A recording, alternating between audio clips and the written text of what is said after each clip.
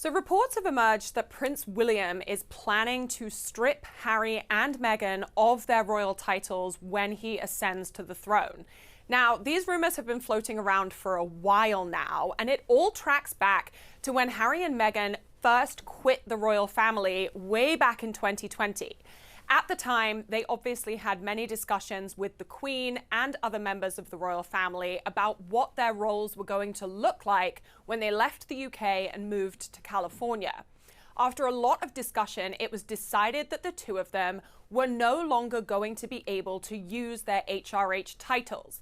This is largely because those titles are afforded only to a very few people within the most upper echelons of the royal family, specifically those royals who are working members of the family, not just people who were born into it.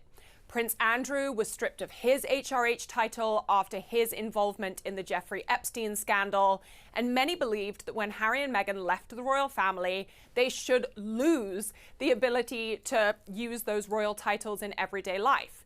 Now, it's a bit of a complicated subject because Harry and Meghan have always gone by the Duke and Duchess of Sussex, at least since they married and were afforded those titles by the Queen. However, there is a bit of a difference between using Duke and Duchess of Sussex almost like their names and then using those titles but adding the HRH. That is something that Meghan is understood to have done when she was sending out pots of her new jam to various influencers and friends. An image of a note that Meghan had supposedly written, which featured her HRH title, was posted on social media, and it prompted Hey Royal Sussex Squad! Welcome back to the channel where truth reigns supreme, receipts matter and spin gets sent straight to the recycle bin. If you're tired of the lies, the smear campaigns and the recycled nonsense peddled by the British tabloid machine, you are in the right place. Here we honour courage, we celebrate truth, and we lift up those who dare to break generational cycles of silence and abuse. So grab your tea, your coffee or whatever gets you fired up, because today we are diving deep into a topic that shows us once again why Prince Harry and Meghan Markle remain the most relevant, most talked about and most feared royals in the modern era. And would you believe this time the source of the tea is none other than the New York Times? Yes, you heard that right. For once, an American outlet, one of the most respected newspapers in the world, has done what the British press refuses to do, tell the truth. Instead of running to the usual Windsor apologists or those bitter royal reporters still crying about Harry choosing love over duty, NYT's London bureau chief Mark Landler actually gave us an article with insight, fairness and just a little bit of backbone. Now, don't get me wrong, I'm not saying the New York Times is suddenly our new best friend. But in a media landscape where Meghan can sneeze and end up the front-page villain in 10 different UK outlets, we've got to pause and appreciate when someone tells the story straight. In this piece, Landler highlights something that should shake Buckingham Palace to its core. Harry's voice still matters. In fact, his words echo louder than any royal speech or stiff balcony appearance. During King Charles's attempt to commemorate the 80th anniversary of VE Day, an event that should have been about honouring veterans, the spotlight was hijacked by something far more compelling. Harry. Not by scandal, not by chaos, but simply by the power of him telling the truth. And what did he say? That he's concerned about how much time his father has left, that the wounds in this family run deep, that his father could have done more. That's it. No theatrics, just honesty. And somehow that honesty was enough to send the entire palace into DEFCON mode. Instead of focusing on healing or reconciliation, the palace jumped into defensive gear again. They scrambled to push back against Harry's comments about security. They begged journalists not to cover the family drama during the VE Day commemorations. But you know what? When you try to suppress the truth, you just end up making it louder. And that's exactly what happened. Peter Hunt, a respected former BBC royal correspondent and one of the rare voices of reason, put it plainly. This all reflects poorly on King Charles. A monarch is supposed to represent unity, healing and family. Yet here we are, years into his reign, and he's still completely incapable of making peace within his own household. You can't sell the world a message of tolerance and inclusivity while shutting out your own son and grandchildren. And let's not forget that this whole mess didn't start with Harry and Meghan. It started with the firm. It started when the institution and the toxic courtiers who run it chose public perception over private protection. When they leaked, smeared, and manipulated until Harry and Meghan had no choice but to walk away to save their mental health, their safety and their marriage. This isn't just a rift. This is a rupture caused by silence, pettiness and outright cruelty. And no matter how many times the British media tries to blame Harry for telling his truth, the receipts say otherwise. He didn't break this family, the institution did. Now let's talk about William. Oh yes, the heir. The man who once branded Harry fragile is now being painted as the strong one, just because he's finally showing up to events he used to skip. We've all seen the headlines. Prince William steps up. Prince William takes on more duties. Prince William the statesman. Really? Because from where I'm standing, it looks like a PR makeover, not genuine leadership. Let's be honest here. William has long been called work-shy for a reason. He avoided royal duties for years, lived in seclusion, while his younger brother carried the emotional burden of royal appearances.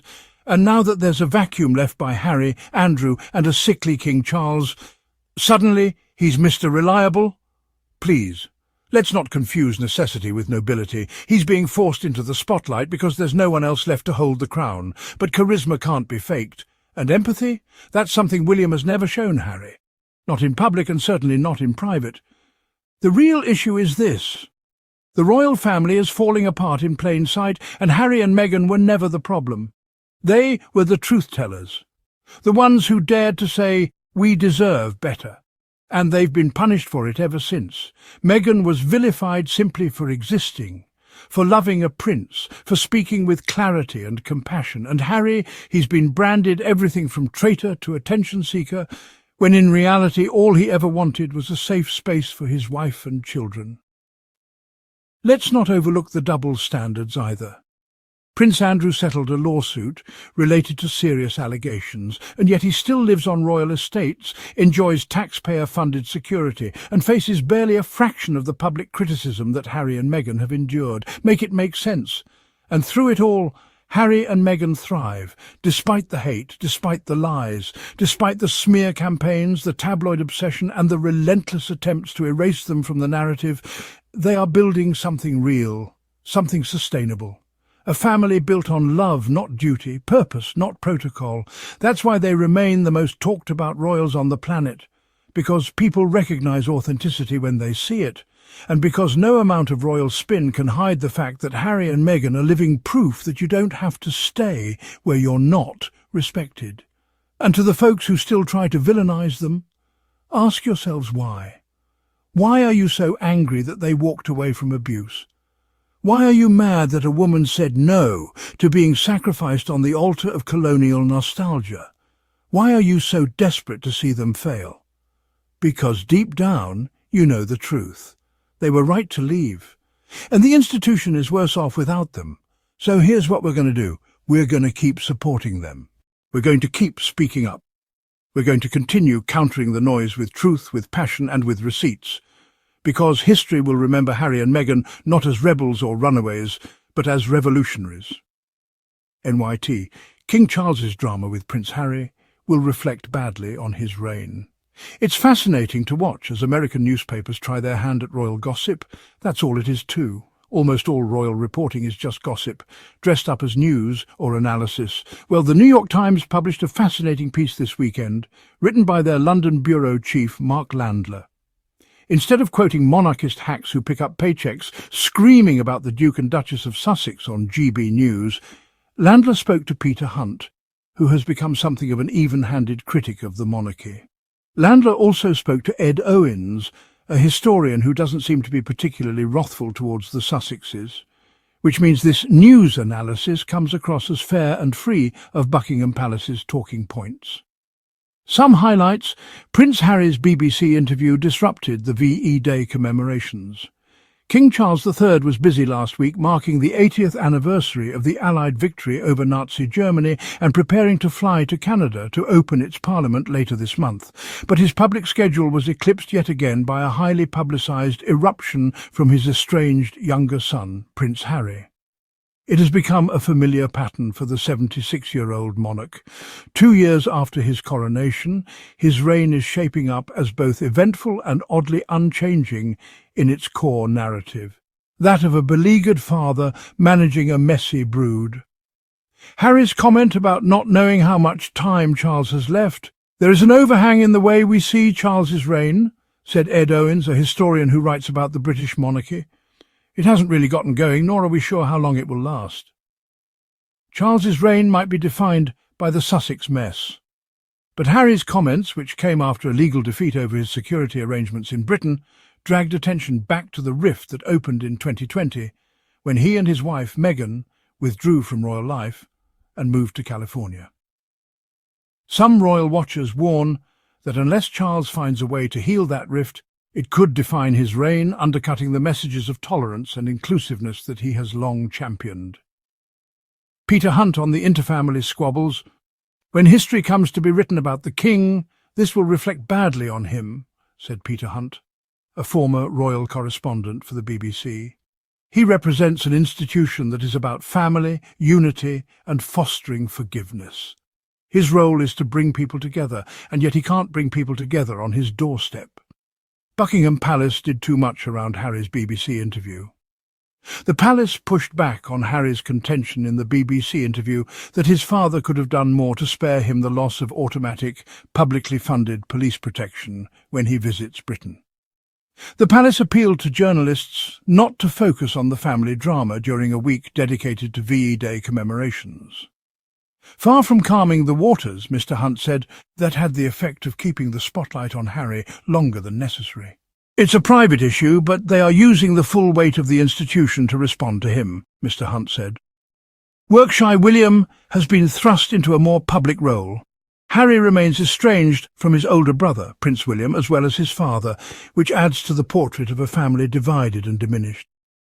When the royals gathered on the balcony of Buckingham Palace to watch a flyover of warplanes last week, their ranks were noticeably sparse. For William, the loss of Harry and Andrew, as well as his father's illness, has thrust him into a more conspicuously public role. William has sometimes been seen as work-shy, but we see him gravitating toward bigger, more media-friendly events, said Mr. Owens, the historian. He's burnishing his reputation as a statesman. William doesn't want to be king. The heir to the throne made perhaps his biggest splash with the British public when he offered astute sports commentary last month before a Champions League game pitting his favourite soccer club, Aston Villa, against Paris Saint-Germain. One of the hosts, Rio Ferdinand, joked that he could take his job. The job that William does not want, at least for now, is his father's.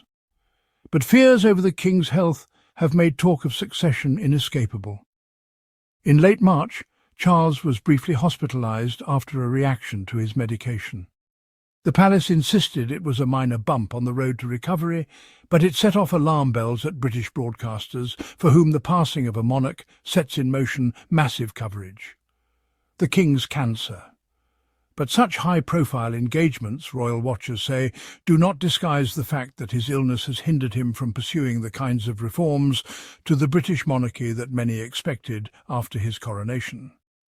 "The man has had the wind taken from his sails," Mr. Owens said, from the NY Times. "In my opinion, Peter Hunt is a real one, and he's one of the few people in this world who seems to see the bigger picture. Hunt has maintained for years that the Sussexes were mistreated, that the institutions screwed up when it came to Harry and Meghan throughout, and that Harry in particular continues to be a huge thorn in his father's side. Love this. William has sometimes been seen as work-shy, but we see him gravitating toward bigger, more media-friendly events. That's Brit speak for he's lazy as hell, but he's also desperate for attention. Anyway, I appreciate the fact that the NYT isn't just co-signing the British media's talking points. It's nice. We need more of this.